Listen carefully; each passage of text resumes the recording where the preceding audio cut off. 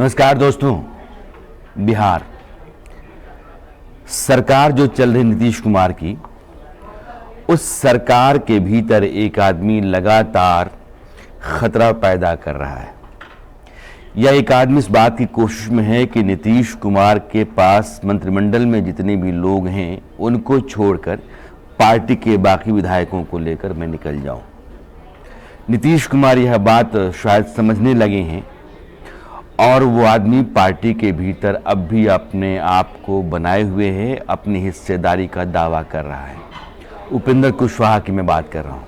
उपेंद्र कुशवाहा ने आज press conference की और उन्होंने कहा कि नीतीश कुमार अगर कहते हैं कि मैं चला जाऊं पार्टी से, तो ये इतनी आसानी से नहीं होगा, क्योंकि इस पार्टी के भीतर मेरा भी हिस्सा है। इसलिए मैं चाहता हूं कि एक मंच पर आकर के, यानी पार्टी के मंच पर हम बात करें और पार्टी के जितने भी सवाल हैं, जितनी समस्याएं हैं या जो मुद्दे हैं, उन पर चर्चा हो।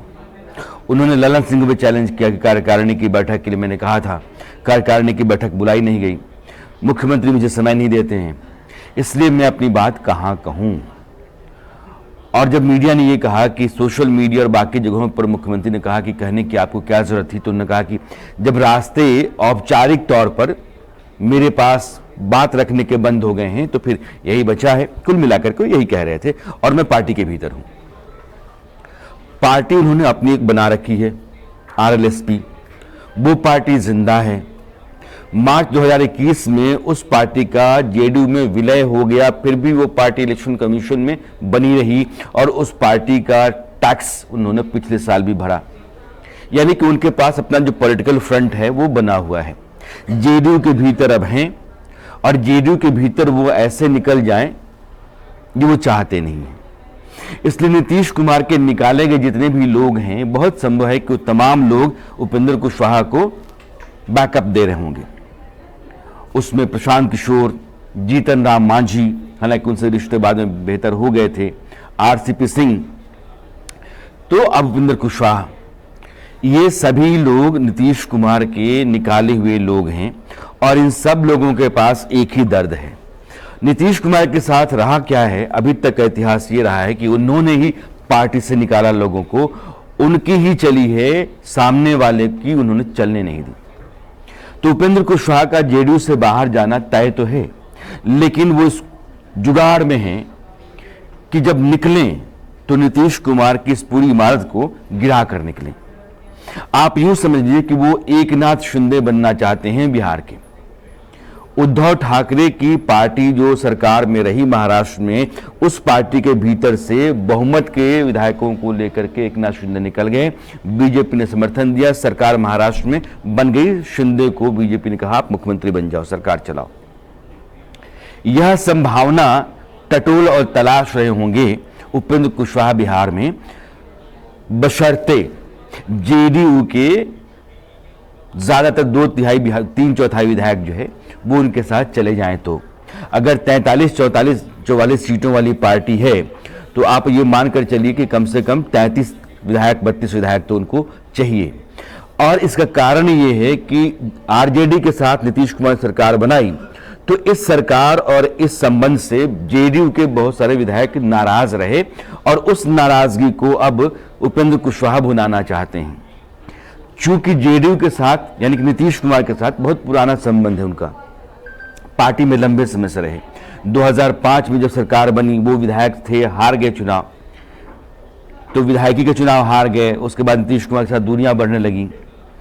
उन्होंने यह भी कहा कि नीतीश कुमार ने ही हर बार जब उनका वक्त कमजोर आया तो मुझे उन्होंने आवाज दी और मैं आया। 2009 में पार्टी को चुनाव में नुकसान हुआ, जो बाई इलेक्शंस थे उसमें, तो फिर मैं 2010 में उनके साथ आया। इस बार 2020 के चुनाव में उनकी पार्टी को जबरदस्त नुकसान हुआ चुनाव के दौरान, तो इस बार फिर उन्होंने आवाज दी मुझे, तो मैं आया। मैं अपनी गरज से नहीं आया, नीतीश कुमार ने अपनी जरूरत की खातिर मुझे बुलाया है, इसलिए वो अपनी जगह बता रहे थे कि मेरी जगह जो है वो पार्टी के भीतर नीतीश कुमार के कहने से बनी और मैं पार्टी के भीतर हूं, तो मैंने पार्टी के लिए कुछ ना कुछ किया है और वो जो मेरी हिस्सेदारी है, जो मेरा कॉन्ट्रीब्यूशन है, उसकी बिना पर मुझे यूं नहीं चले जाना चाहिए। अगर नीतीश कुमार कहते हैं तो जेडीयू के भीतर रह करके नीतीश कुमार की पार्टी के साए में उपेंद्र कुशवाहा अपनी पार्टी के लिए समर्थन खींचना चाहते हैं, जो उनकी बनी हुई है कि ये सब लोग मेरी पार्टी में आ जाए, मेरी पार्टी के बैनर तले एक नई सरकार की कोशिश की जाए और ये जो मौजूदा सरकार है इस सरकार को गिरा दिया जाए। तो उपेंद्र कुशवाहा लगातार संपर्क में हैं, वो विधायकों के संपर्क में हैं, वो बीजेपी के संपर्क में हैं। जब दिल्ली में थे, अपना इलाज करा रहे थे, तभी बीजेपी के नेताओं से मुलाकात की थी। तो वो अपने लिए विकल्प लगातार तलाश रहे हैं और उपेंद्र कुशवाहा सत्ता को लेकर के थोड़ी बेचैन आत्मा है। वो बिना सत्ता के रहें यह उनके लिए मुमकिन नहीं है। 2014 में उन्होंने एनडीए के साथ गठबंधन किया, 2014 के लोकसभा चुनाव में, और फिर वो मोदी सरकार में मंत्री बन गए। 3 सीटें मिली, तीनों जीत गए। मोदी लहर थी और उस लहर में उनकी नैया भी निकल गई। अब इस बार बिहार में सरकार बनी और वो 2021 नीतीश कुमार के साथ आए, तो ये उम्मीद कर रहे थे कि नीतीश कुमार उनको अपने मंत्रिमंडल में रखेंगे। एक बार उन्होंने कहा कि उप मुख्यमंत्री का पद भी बनाया जाना चाहिए और वो पद मुझे दिया जाना चाहिए, लेकिन नीतीश कुमार, जानते हैं आप कि समय, शब्द और समीकरण, इन तीनों को उन्होंने साथ रखा है। कब क्या कहना है, कहां करना और कब समीकरण बनाना बिगाड़ना है, इन तीनों को साथ रखा है। इसलिए बाजी उनके हाथ में हमेशा रही है। उपेंद्र कुशवाहा के लिए अब गिनती के दिन जेडीयू के भीतर बचे हुए हैं और उपेंद्र कुशवाहा चाहते हैं कि जो दिन भी बचे हुए हैं उन दिनों का इस्तेमाल जेडीयू के भीतर अपने साथ लोगों को लामबंद करके बाहर निकलने की खातिर कर लूं। और यह लड़ाई दोनों तरफ समझ में आ रही है। नीतीश कुमार भी समझ रहे हैं कि ये लड़ाई है, अब तो आमने सामने की है, बोलचाल भी नहीं है और उनको काट करके रखने की कोशिश उन्होंने की है। वो भी जानते हैं कि अब मुख्यमंत्री हमको बुलाएंगे नहीं और पार्टी के भीतर बाकी लोग मुझसे मिलेंगे नहीं जो नीतीश कुमार के करीबी हैं। तो पार्टी में रहते हुए, पार्टी में रहने के नाम पर अपना काम कर लिया जाए। उपेंद्र कुशवाहा अब इसी उम्मीद के साथ प्रयास में लगे हुए हैं।